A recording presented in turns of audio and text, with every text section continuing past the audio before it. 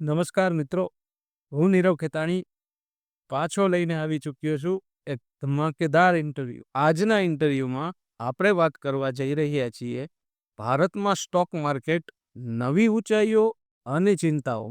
આ વિશેષ વાતચીત માટે આપણી સમક્ષ આજે ઉપસ્થિત છે એક સ્ટોક માર્કેટ એક્સપર્ટ કે જેમની વાત કરીએ તો એમને 30+ યર્સનો એક્સપિરિયન્સ છે સ્ટોક માર્કેટમાં અને 15+ યર્સ ઇકોનો બ્રોકિંગ સાથે. આ એક એવા વ્યક્તિની વાત કરું છું કે જેમને તમે મોર્નિંગ અને ઇવનિંગ ન્યૂઝપેપર્સમાં વાંચેલા જરૂર હશે સ્ટોક માર્કેટ કોલમ્સમાં. આમને તમે ટીવી ન્યૂઝ ચેનલ્સની અંદર ડિબેટ્સ અને બાઇટ્સ આપતા પણ જોયા હશે સ્ટોક માર્કેટ એક્સપર્ટ તરીકે. અને હા મિત્રો, જો તમે રેડિયો સાંભળતા હોય તો 92.7 બિગ FM પર સોમવારથી શુક્રવાર દરરોજ સવારે 10:30 થી 11:45 વચ્ચે એવરી સ્ટોક માર્કેટ અપડેટ એમના દ્વારા આપવામાં આવે છે છેલ્લા 6 વર્ષોથી.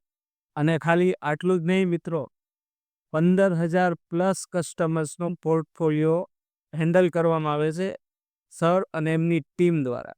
અને માત્ર ખાલી રાજકોટ કે ગુજરાતમાં નહીં, ઓલ ઇન્ડિયામાં એમની ફ્રેન્ચાઇઝ અવેલેબલ છે. સો મિત્રો, આજના આપણા ગેસ્ટ છે Vaghani shares and securities private લિમિટેડમાંથી પરેશભાઈ વાઘાણી.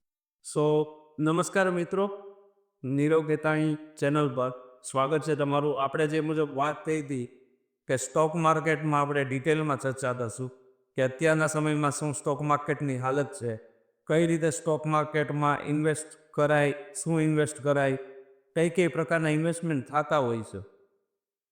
આ બધી વસ્તુની જાણકારી મેળવવા માટે આપણે આવી ચૂક્યા છીએ પરેશભાઈ વાઘાણી પાસે, જે Vaghani shares and securities private લિમિટેડના ફાઉન્ડર્સ છે અને જેમને 35 વર્ષનો સારો એવો એક્સપિરિયન્સ છે સ્ટોક માર્કેટમાં. તો ચાલો મળીએ છીએ સરને. સાહેબ, થોડુંક સ્ટોક માર્કેટ વિશે આપણા વ્યુઅર્સને અત્યારે જાણકારી આપી છે કે અત્યારે કઈ ટાઈપના ઇન્વેસ્ટમેન્ટ માર્કેટમાં થઈ શકતા હોય છે.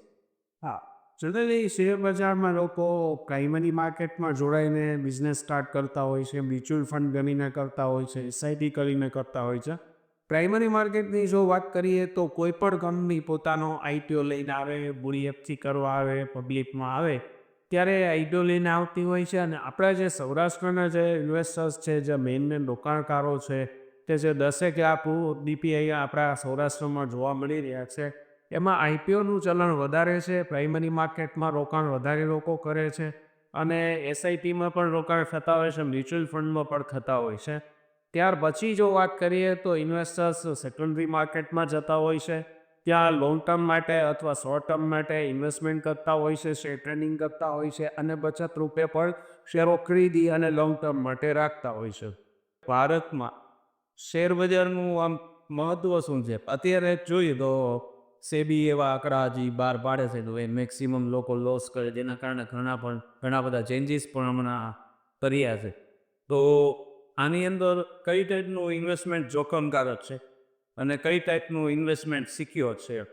હા, જે અત્યારે યંગસ્ટર્સ જે જોડાઈ રહ્યા છે શેર બજારમાં અને જે ફ્યુચર એન્ડ ઓપ્શન્સમાં કામ કરે છે ને, એ લોકો માટે રિસ્ક છે. બાકી જે બચત કરવા માટે કરે છે કે શેર ખરીદીને રોકી રાખવા માટે લોંગ ટર્મ માટે કરે છે, એના માટે કોઈ રિસ્ક નથી. સેબી દ્વારા જે પણ કાંઈ આંકડાઓ આવે છે એ 90% ઇન્વેસ્ટર્સ લોસ કરે છે એ ફ્યુચર એન્ડ ઓપ્શન સેગમેન્ટ માટે છે.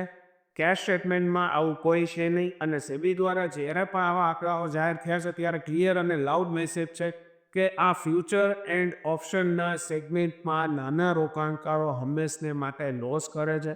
અને એનું એકમાત્ર કારણ જોવા જઈએ તો એ છે કે એની અવેરનેસ નથી.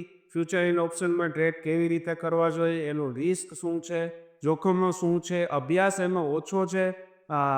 ઇન્વેસ્ટર્સ બધા યંગસ્ટર્સ છે એટલે આ બધી વસ્તુ બને છે. બાકી શેર બજારમાં 90% લોકો લોસ કરતા હોય એવું છે નહીં, પરંતુ ફ્યુચર ઓપ્શન પૂરતી વાત કરીએ તો 90% લોકો લોસ કરતા જોવા મળી રહ્યા છે. ઓકે સાહેબ, તો સ્ટોક માર્કેટની અંદર આપણે વાત કરીએ તો આ સેન્સેક્સ ને નિફ્ટી ને એ બધું શું છે? આ સેન્સેક્સ જે છે ને એ હેવી વેઇટેજ જે કંપનીઓ છે, 30 કંપનીઓનો બનેલો સેન્સેક્સ છે, જેને આપણે સૂચાંક કહીએ છીએ. બાકી બોમ્બે સ્ટોક એક્સચેન્જમાં આશરે 5 થી 6 હજાર કંપનીઓ લિસ્ટેડ છે અને એમાં ડેઇલી 3500 થી 3600 કંપનીઓના ટ્રેડ થાય છે, ભાવની વધઘટ થાય છે. જ્યારે સેન્સેક્સ છે ફક્ત 30 કંપનીઓનો સમૂહ છે. એટલે સેન્સેક્સ એક ખાલી સૂચાંક છે, આખું બજાર છે નહીં, એવું મારું માનવું છે.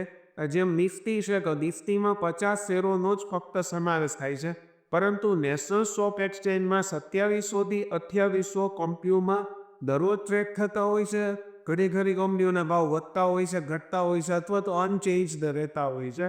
એટલે નિફ્ટી એ 50 કંપનીઓનો સૂચાંક છે, સેન્સેક્સ જે છે બીએસસીનો એ 30 કંપનીઓનો સૂચાંક છે. પરંતુ ઘણી બધી કંપનીઓના દરરોજ ટ્રેડ થતા હોય છે બોમ્બે સ્ટોક એક્સચેન્જ અને નેશનલ સ્ટોક એક્સચેન્જમાં. એટલે આ ફક્ત સૂચાંક છે, સેન્સેક્સ અને નિફ્ટી એવું કહી શકાય. તો સાહેબ સેન્સેક્સ ને નિફ્ટી જે આપણે એમ કહીએ છીએ કે મોટા ભાગે ન્યૂઝમાં હેડલાઇન્સ આવતી હોય ને તમે તો ન્યૂઝ મીડિયા જગતથી આટલા બધા વાકેફ છો, તો કડાપો ને ધડાપો ને આવા શબ્દ યુઝ કરતા હોય તો એનાથી બધા કંપનીના શેરને ફરક નથી પડતો હોતો એવું હોય છે કે ના બધાને ફરક પડે ને? હા, એવી રીતે જે શેરો છે એનો સમાવેશ વધારે થતો હોય છે, જેમાં વોલ્યુમ વધારે હોય, નેટવર્થ વધારે હોય, શેર હોલ્ડર વધારે હોય. એટલે એવી બધી કંપનીઓના જ્યારે સેન્સેક્સમાં ને નિફ્ટીમાં ભાવો રિફ્લેક્ટ થાય, ભાવો તૂટે કે વધે, કડાકાઓ બોલે કે એકદમ વધે, વધારે થાય, ઉછાળો આવે બજારમાં, ત્યારે સૂચાંક તરીકે સેન્સેક્સ નિફ્ટીને જોવામાં આવતા હોય છે. પરંતુ પર્સનલી હું બિલીવ કરું છું કે સેન્સેક્સ નિફ્ટીને રોકાણકારોએ જોવા ન જોઈએ. એડવાન્સ ડિક્લાઇન રેશિયો તો કે આજે 2700 કંપનીઓના સોદા નેશનલ સ્ટોક એક્સચેન્જમાં જો થયા છે, તેમાંથી કેટલી કંપનીઓના શેરોના ભાવ વધ્યા છે, કેટલી કંપનીઓના ઘટ્યા છે અને કેટલી કંપનીઓના અનચેન્જડ ભાવ રહ્યા છે. એટલે કે જો ભાવ વધારે કંપનીઓના વધ્યા હોય તો બજાર વધ્યું છે એવું સાબિત થાય, ઘટ્યું છે એવું સાબિત ન થાય. COVID-19 પછી સાહેબ શું ફેરફાર જોવા મળ્યા? COVID-19 જે આપણું લોકડાઉન ગયું ત્યારે ઘણા લોકો એવું કીધું કે ઘણા ઇન્વેસ્ટરો જેને ભનક લાગી ગઈ હતી લોકલ માર્કેટની, તો એ તો બંધ લોકડાઉનમાં પણ કમાણા આવ્યા ને સારું. હા, પર્ટિક્યુલરલી કોરોના ટાઈમ બી જો આપણે વાત કરીએ તો ભારત દેશમાં દરેક ધંધાઓ બંધ હતા. ફક્ત ને ફક્ત શેર માર્કેટ ચાલુ હતું. એટલે માની લો કે કોઈ દુકાનદાર છે, ઓટો ઇન્ડસ્ટ્રીઝ વાળો છે, ફર્નિચર વાળો છે, કે કોઈ પણ નાના મોટા બિઝનેસ કરવા વાળો છે, જોબ વાળો છે, એ લોકો એ ટાઈમમાં સંપૂર્ણ ફ્રી હતા. અને અત્યારના યુગમાં મોબાઈલ એપ્લિકેશનથી સોદા થતા હોય છે. એટલે શરૂઆતમાં 30-40 દિવસ સુધી ભાવ ખરા ઘટ્યા હતા, ડરનો માહોલ હતો, વિશ્વ આખું હેપતાઈ ગયું હતું. પરંતુ 30-40 દિવસ પછી સ્લોલી ગ્રેજ્યુઅલી માર્કેટમાં ધીમે ધીમે રિકવરી સ્ટાર્ટ થાય અને લોકો ઘરે હતા. એટલે શેર ટ્રેડિંગના વોલ્યુમમાં જબરજસ્ત ઉછાળો આવ્યો. અને શેર બ્રોકરોની વાત કરીએ તો પર્ટિક્યુલર શેર બ્રોકરોનો એનો બિઝનેસ 3 થી 4 ગણો થતો જોવા મળ્યો. એટલે કે ઉલટી સ્થિતિ થઈ. લોકોને એમ હતું કે બિઝનેસ ઘટશે, પરંતુ કોરોના કાળમાં શેર બ્રોકરોને રેવન્યુમાં ખૂબ ઉછાળો જોવા મળ્યો. ઘરે ઘરે શેરને ટ્રેડિંગ થતા હતા. લોકો સવારે ઉઠી નાઈ નાસ્તો કરીને ફક્ત ટ્રેડિંગ જ કરતા હતા સોફા બેસીને, કેમ કે એ લોકોનો પોતાનો જે મેઇન હાર્ડકોર બિઝનેસ હતો, બ્રેડ બટર વાળો બિઝનેસ હતો, એ બંધ હતો. એટલે શેર બજાર તરફ લોકો વધારે વળ્યા.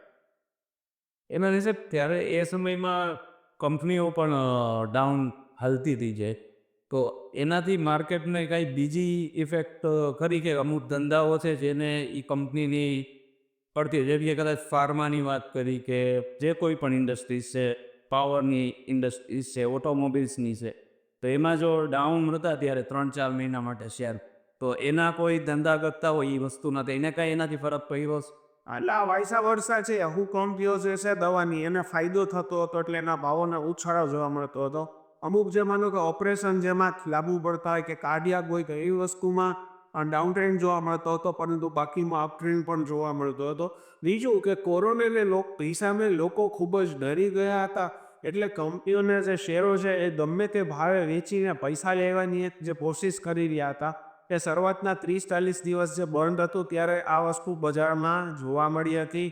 અને વ્યવસ્થિત રીતે એમાં પ્રેશર હતું, ભાવો ઘટતા હતા, સેન્સેક્સ તૂટતો હતો, શેરોના ભાવ તળ્યા હતા. પરંતુ આમાં અમુક જે એક્સપર્ટ્સ જે છે કે જેને રિસ્ક લેવાની કેપેસિટી છે, એ લોકોએ આવા તળિયાના ભાવે શેરો ખરીદી લીધા હતા.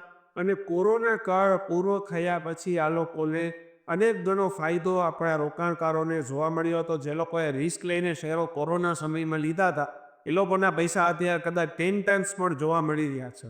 સાહેબ એક નવો ટ્રેન્ડ પણ જોવા મળ્યો છે કે માર્કેટમાં જ્યારે આઈપીઓ કોઈ બહાર પડે છે સારી કંપનીમાં, ત્યારે ઊંઘીએ છે દેશમાં મંદી છે પણ એવડો ભંડોળ આવી જાય છે કે આઈપીઓની રિક્વાયરમેન્ટ કરતાં પણ વધારે એમાં ઇસ્યુ ભરાતા હોય છે. અને એક બીજો પ્રશ્ન આની સાથે સાથે જ મર્જ કરી દઉં છું કે શું નવા ઇન્ડસ્ટ્રીયાલિસ્ટ જે લોકો બને છે એને પણ પબ્લિક ફંડિંગ લેવું જોઈએ? લે તો અહીં કંપનીને કંઈ ફાયદો થતો હોય કે નથી થતો, કે શેના માટે આઈપીઓ લેતા હોય? જનરલી પબ્લિકને આપણે એક નોલેજ આપીએ કે ઇસ્યુ કંપની શું કામ રહી આવતી હોય. હા, આપણે આઈપીઓની જો વાત કરીએ ને તો આઈપીઓ લઈ આવવા માટે સેબીની પરમિશન જરૂરી છે. આઈપીઓ લઈ આવે ત્યારે મૂડી એકઠી કરવા માટેના જે નિયમો છે એને પાલન કરવાનું છે. સેબીમાં જે પરમિશન લેવાની છે એ મૂડી એકઠી કરી અને એ પૈસા ક્યાં એ વાપરશે, ક્યાં લગાવશે એનો પણ એને ખુલાસો આઈપીઓ લઈ આવતી વખતે કરવો જરૂરી છે. એટલે સેબીના કડક નિયમો છે. આપણે જે તમારો પ્રથમ પ્રશ્ન હતો એની વાત કરીએ કે મલ્ટિપલ ટાઈમ ઓવર સબસ્ક્રાઇબ આઈપીઓસ થતા જોવા મળે છે. કંપનીને 10 કરોડની જરૂર છે, સબસ્ક્રિપ્શન 1000 કરોડનું આવે છે. એની પાછળના કારણોમાં મારું માનવું એવું છે કે છેલ્લા 3 વર્ષમાં બીજા બિઝનેસમાં મંદી હતી, પ્રાઇમરી માર્કેટમાં જોરદાર તેજી હતી, પ્રાઇમરી માર્કેટમાં રિટર્ન ખૂબ સારા હતા, વળતર ખૂબ સારું હતું. લોકો બીજા બિઝનેસમાંથી પૈસા છૂટા કરી અને આ કંપનીઓમાં રોકાણ એટલે કરતા હતા કેમ કે વળતરનું એવરેજ પર્સન્ટેજ વળતર ખૂબ સારું હતું. બીજું કે T+3નું સેટલમેન્ટ આવી ગયું છે એટલે કે તમે આજે નાના મૂકો, ત્રીજે દિવસે તમને નાના પાછા મળી જાય. એટલે બીજા બિઝનેસવાળા જે લોકો છે, આઈડિયલ ફંડ હતું એ લોકો પ્રાઇમરી માર્કેટમાં આઈપીઓ કરવામાં લગાડવા પડ્યા. એટલે એક તેજીનો માહોલ કયો અને મલ્ટિપલ ટાઈમ આઈપીઓસ ઓવર સબસ્ક્રાઇબ થતા જોવા મળ્યા. આઈપીઓ જે છે એમાં પણ કંઈ ડિફરન્શિએટ હોય, કઈ કઈ ટાઈપના આઈપીઓ જનરલી આવતા હોય? હા, આઈપીઓમાં અત્યારે બે મેઇન ટાઈપના આઈપીઓ આવે છે. એક સ્મોલ મીડિયમ એન્ટરપ્રાઇઝ જેને આપણે એસએમઈ કહીએ છીએ એ છે. બીજો મેઇન બોર્ડનો આઈપીઓ છે ને. એટલે મેઇન બોર્ડના આઈપીઓ અને એસએમઈમાં ફરક છે. મોટું જે ભંડોળ જે કંપનીઓને જાય છે એ મેઇન બોર્ડ આઈપીઓમાં જાય છે અને નાની નાની કંપનીઓ છે 20 કરોડ 30 કરોડ 100 કરોડની અંદરની કંપનીઓ એ બધી એસએમઈમાં જાય છે. સ્મોલ મીડિયમ એન્ટરપ્રાઇઝમાં એ લોકો લિસ્ટ થાય છે અને એની ટિકિટ સાઇઝ લાખ ઉપરની હોય છે, 1.25 લાખ ઉપરની હોય છે. જ્યારે મેઇન બોર્ડની ટિકિટ સાઇઝ 15,000થી લઈ અને 10 લાખ સુધીની હોય છે. એટલે બંને વચ્ચે એક ફરક છે. એસએમઈ છે એ એસએમઈ બોર્ડમાં લિસ્ટ થાય છે, મેઇન બોર્ડ છે એ મેઇન બોર્ડમાં લિસ્ટ થાય છે અને એસએમઈની ટિકિટ સાઇઝ મોટી હોય છે. જ્યારે નાના જે કંપનીઓ 15,000 જે ઉભરાવીને કરે છે મેઇન બોર્ડમાં, એ ઇન્વેસ્ટર્સ માટે 15,000નું પણ રોકાણ એમાં થઈ શકે છે. જ્યારે એસએમઈમાં 1 લાખથી ઓછું રોકાણ થઈ શકતું નથી. એટલે કે બે ટાઈપના આઈપીઓસ બજારમાં આપણને જોવા મળતા હોય છે. સર, આપણું ગુજરાત બધી જગ્યાએ વર્લ્ડ વાઇડ અત્યારે ગુજરાત સુપર પાવર છે, તો સ્ટોક માર્કેટમાં ગુજરાતની શું પોઝિશન છે એના ઉદ્યોગપતિઓની ને એના ઇન્વેસ્ટરોની? હા, અત્યાર સુધી એવું હતું કે ગુજરાત ઘણું આગળ હતું. મહારાષ્ટ્ર પછી ગુજરાતનો નંબર હતો. પરંતુ તમને જોતા સાંભળતા નવાઈ લાગશે કે છેલ્લા ઘણા સમયથી આ જ સ્થિતિ તમને બીજા ઇન્વેસ્ટર્સો વધતા જાય છે. યુપીમાં પણ ડિમેટ એકાઉન્ટ એટલા ખુલતા જાય છે. પરંતુ આઈટીઓની જો પર્ટિક્યુલર વાત કરીએ તો ખુશીના સમાચાર એ છે કે રાજકોટ અત્યારે મુંબઈ અને અમદાવાદ પછી ઇન્ડિયા લેવલે 3rd પોઝિશનમાં છે. સૌથી વધુ આઈપીઓસની એપ્લિકેશન અહીંથી થાય છે અને કોઈ પણ કંપનીને આઈપીઓ લઈને આવવું હોય તો એને રાજકોટની એના પ્રમોટરોએ ઇન્વેસ્ટર્સને મુલાકાત કરવી ફરજિયાત જેવું ગણાય છે. કોઈ પણ કંપની આઈપીઓ લઈને આવે ત્યારે રાજકોટ ફરજિયાત આવવું પડે છે. એટલે કે ગુજરાતનો સિંહ ફાળો છે. પરંતુ બીજા 2-3 સ્ટેટે આપણી હરીફાઈમાં છે. સાઉથમાં અત્યારે ઇન્વેસ્ટમેન્ટનું પ્રમાણ વધતું જાય છે. એટલે યુપી છે, સાઉથ છે, મહારાષ્ટ્ર છે, ગુજરાત છે. પરંતુ ઓવરઓલ જોવા જાય તો તમારા પ્રશ્નના જવાબ એમ દઈ શકાય કે ગુજરાતનો મોટો અને સિંહ ફાળો આપણા રોકાણકારોનો શેર બજારમાં જોવા મળી ગયો છે. ગુજરાતીઓનો સિંહ ફાળો જોવા મળી ગયો છે. આજના ટાઈમમાં સાહેબ કોઈ એવા સ્ટોક્સ કે કોઈ એવી કંપની કે જે લોંગ ટાઈમ સુધી કે સારા વિઝનથી કોઈ એમ ઈચ્છતું હોય કે ભાઈ હું આમાં રોકાણ કરું, તો એવી કોઈ કંપની આપણે જણાવી શકીએ? હવે ઓવરઓલ જોવા જાય ને તો કોઈ કંપની વિશે વાત કરવી એના કરતાં સેક્ટરની જો વાત કરીએ તો સારી વાત છે. પરંતુ અત્યારે આખા વર્લ્ડમાં ટેરિફ વોર ચાલે છે. આપણા અમેરિકન પ્રેસિડન્ટ ડોનાલ્ડ ટ્રમ્પ અત્યારે ટેરિફ વોરને લઈને એકદમ સિરિયસ છે. નજીકના ભવિષ્યમાં કોઈ સમાધાન થાય એવા કોઈ ચાન્સ દેખાતા નથી. હાઈ પીક ઉપર અત્યારે આપણને ટેરિફ વોર વર્લ્ડમાં જોવા મળી રહી છે. આર્થિક જેને કહેવાય અંધાધૂંધી થઈ રહી છે બધા દેશોમાં. ટેરિફને લઈને. એટલે એટલીસ્ટ હું એવું કહીશ કે 10-15 દિવસ એક મહિનો નાના રોકાણકારોએ બજારમાં પૈસા રોકતા પહેલાં રાહ જોવી જોઈએ. ત્યાર પછી સેક્ટર વાઇઝ કયા સેક્ટરને વધુ નુકસાન છે, ફાયદો છે એ જોઈને કરવું જોઈએ. બાકી અત્યારે ઓટો ઇન્ડસ્ટ્રીઝ કારમાંના રિઝલ્ટ ખરાબ આવવાની શક્યતા ટેરિફ વોરને લઈને જોવા મળે ને, એટલે અમુક સેક્ટરને દૂર રાખીને માનો કે આઈટી સેક્ટર્સ પણ દૂર રહેવું જોઈએ. અત્યારે થોડુંક બેન્કિંગ સેક્ટરમાં થોડુંક જમાવટ છે, તો બાઇક જોવા મળે છે. ટેરિફ વોર પૂરી થાય પછી બેંક સેક્ટર તરફ જઈ શકે. તો સર ચાઇનાની જે કંઈ વાત કરી કે મેજોરિટી આઈટી સેક્ટરની અંદર ઓટોમોટિવ્સની અંદર ચાઇનીઝ પ્રોડક્ટનો યુઝ હાલની તારીખે પીસીબી ને એસએમડીના યુઝ થતા હોય છે. તો એ સેક્ટર અત્યારે કેવું છે? ચાઇના સાથે અત્યારે આપણે જે થોડા વિવાદ હતા આના પાછળ, અત્યારે પણ આ અમેરિકાના ડિસિઝન્સને કારણે ચાલુ છે. તો ઓટોમોબાઈલ સેક્ટર કેવું અત્યારે? અરે જ્યાં સુધી આ ટેરિફ વોરનું પિક્ચર ક્લિયર નહીં થાય ને ત્યાં સુધી ઓટોમોબાઈલ કહો કે તમે ફાર્મા કે આઈટી કહો તો નબળા લાગે છે. પરંતુ આનો જો અંત ઝડપથી આવી જાય તો આપણા ઇકોનોમીની વાત કરીએ ને તો 15 માર્ચે ઇન્કમટેક્સના જે એડવાન્સ ટેક્સ કલેક્શનના આંકડાઓ ખૂબ સારા આવ્યા છે. જીએસટી કલેક્શન વધતું જાય છે. એટલે કે યર ઓન યરના આપણી કંપનીઓના રિઝલ્ટ સારા આવશે. એટલે વાંધા જેવું કંઈ છે નહીં. પરંતુ ચાઇના અને અમેરિકાની લડાઈમાં આપણને ક્યાંય જો બેનિફિટ થઈ જાય અને ભારત જો આને ઓપોર્ચ્યુનિટી માની અને આફતને જો અવસરમાં બદલે તો આપણું બજાર ખૂબ સારું થઈ શકે એવી શક્યતા છે. પરંતુ આમાં જોવાને તો છે 1 મહિનો વેટ એન્ડ વોચ કરવાનું છે. પરંતુ ત્યાર પછી આપણે કોઈપણ સેક્ટરમાં પૈસા લગાડતા પહેલાં ટેરિફ વોરના જે કાંઈ રિઝલ્ટ આવે એને ધ્યાનમાં લઈ અને જો રોકાણકાર પૈસા લગાડશે તો એને ડેફિનેટલી 4 મહિને 6 મહિને વર્ષે થોડો ઘણો રેસ જોવા મળશે અને બજાર ફરીથી પાછું ઊભું થતું જોવા મળશે. તો સ્ટોક માર્કેટની અંદર સાહેબ અત્યારે વાત કરીએ તો ઘણા લોકો ઇન્વેસ્ટ કરી દે છે કે મને કોઈએ કીધું કે ભાઈ તું અત્યારે ટીસીએસમાં લઈ લેશે, ભાઈબંધે સજેસ્ટ કે, પણ મને ખરેખર એમાં ખબર પડતી નથી. તો આવા જે રોકાણગારો છે ઇન્વેસ્ટર જે નાના એ થોડુંક ફંડ લઈ 10-15 હજાર 20 હજારથી કામ કરતા હોય છે, એ લોકોને કંઈ ટિપ્સ કે ભાઈ આ રીતે કરવું જોઈએ કે શું જોવું જોઈએ? હા, ચોક્કસપણે આના માટે હું ખાસ કહીશ કે જે લોકો બીજાના કહેવાથી શેરો ખરીદે છે એ ક્યારેય કરવું યોગ્ય નથી. એના પ્રમોટર કોણ છે, એનું ઈપીએસ શું છે, એની રેવન્યુ શું છે, ક્યાંથી રેવન્યુ આવે છે, અથવા તો આ જે ઇન્ડસ્ટ્રીઝમાં કે જે કંપનીમાં રોકાણ કરે છે એનું ભવિષ્ય શું છે, એના રીઝન કેવા છે, ડિવિડન્ડ પેઇંગ છે કે નહીં, ક્યારે રાઇટ આપ્યો છે, બોનસ આપ્યું છે, ટૂંકમાં વળતર કોઈ પણ રીતે આપે છે અથવા તો બીજી કંપનીઓ સાથે એના પ્રમોટર જોડાયેલા છો તો એનો કોઈ ઇતિહાસ લેવો છે. એટલે ઘણી બધી વસ્તુ નક્કી કર્યા પહેલાં કોઈ પણના કહેવાથી ક્યારેય શેર લેવા હિતાઓ હોતા જ નથી. પોતાની રીતે સ્ટડી કરવો જોઈએ અને દરેક સેક્ટરમાં ક્યારેય પણ રોકાણ કરતાં પહેલાં એને પૂરેપૂરો અભ્યાસ કરીને ભલે 10,000 હોય 15,000 અંતે તો ઇન્વેસ્ટમેન્ટ જ છે. એટલે ઇન્વેસ્ટમેન્ટ કોઈ પણ પ્રકારનું નાનું હોય કે મોટું રોકાણ કરતાં પહેલાં એ લોકોએ બધો અભ્યાસ કર્યા પહેલાં રોકાણ કરવું ન જોઈએ અથવા કંઈ એના ફાઇનાન્શિયલ એડવાઇઝરની સલાહ લઈને રોકાણ કરવું હિતાવહ રહે. કે ઓપ્શન માર્કેટ કરાય કે ન કરાય ને કરવું તો શું ધ્યાનમાં રાખવું જોઈએ, અથવા કેવડા ફંડથી કરો, અથવા શું તમારું બેકગ્રાઉન્ડ હોવું જોઈએ એમ કે આટલા ફંડ હોય ને આટલાનું તમે કરો તો યોગ્ય કહેવાય? ફ્યુચર એન્ડ ઓપ્શન છે ને એમાં માસ્ટર જે કોઈ હોય ને એને ટ્રેડ કરવા છે. ફ્યુચર એન્ડ ઓપ્શન સમજવા બહુ અઘરા છે. ફ્યુચર એન્ડ ઓપ્શનમાં ટ્રેડ કરતાં પહેલાં 10 વખત વિચાર કરવો જોઈએ. Future and option one kind of game જ છે, ગેમલિંગ જ થાય છે. જે લોકો કોલ ખરીદે એને એમ છે કે જો કોલના ભાવ વધશે તો હું વેચી નાખીશ, પણ કોલ શું છે, એનો હેતુ શું છે? ફ્યુચર એન્ડ ઓપ્શનનો હેતુ ફક્ત ને ફક્ત હેજિંગ માટે છે અને લોકો હેજિંગ માટેનો ઉપયોગ અત્યારે કરતા નથી, ફક્ત ગેમલિંગ માટે કરે છે, નસીબતમાં કરે છે.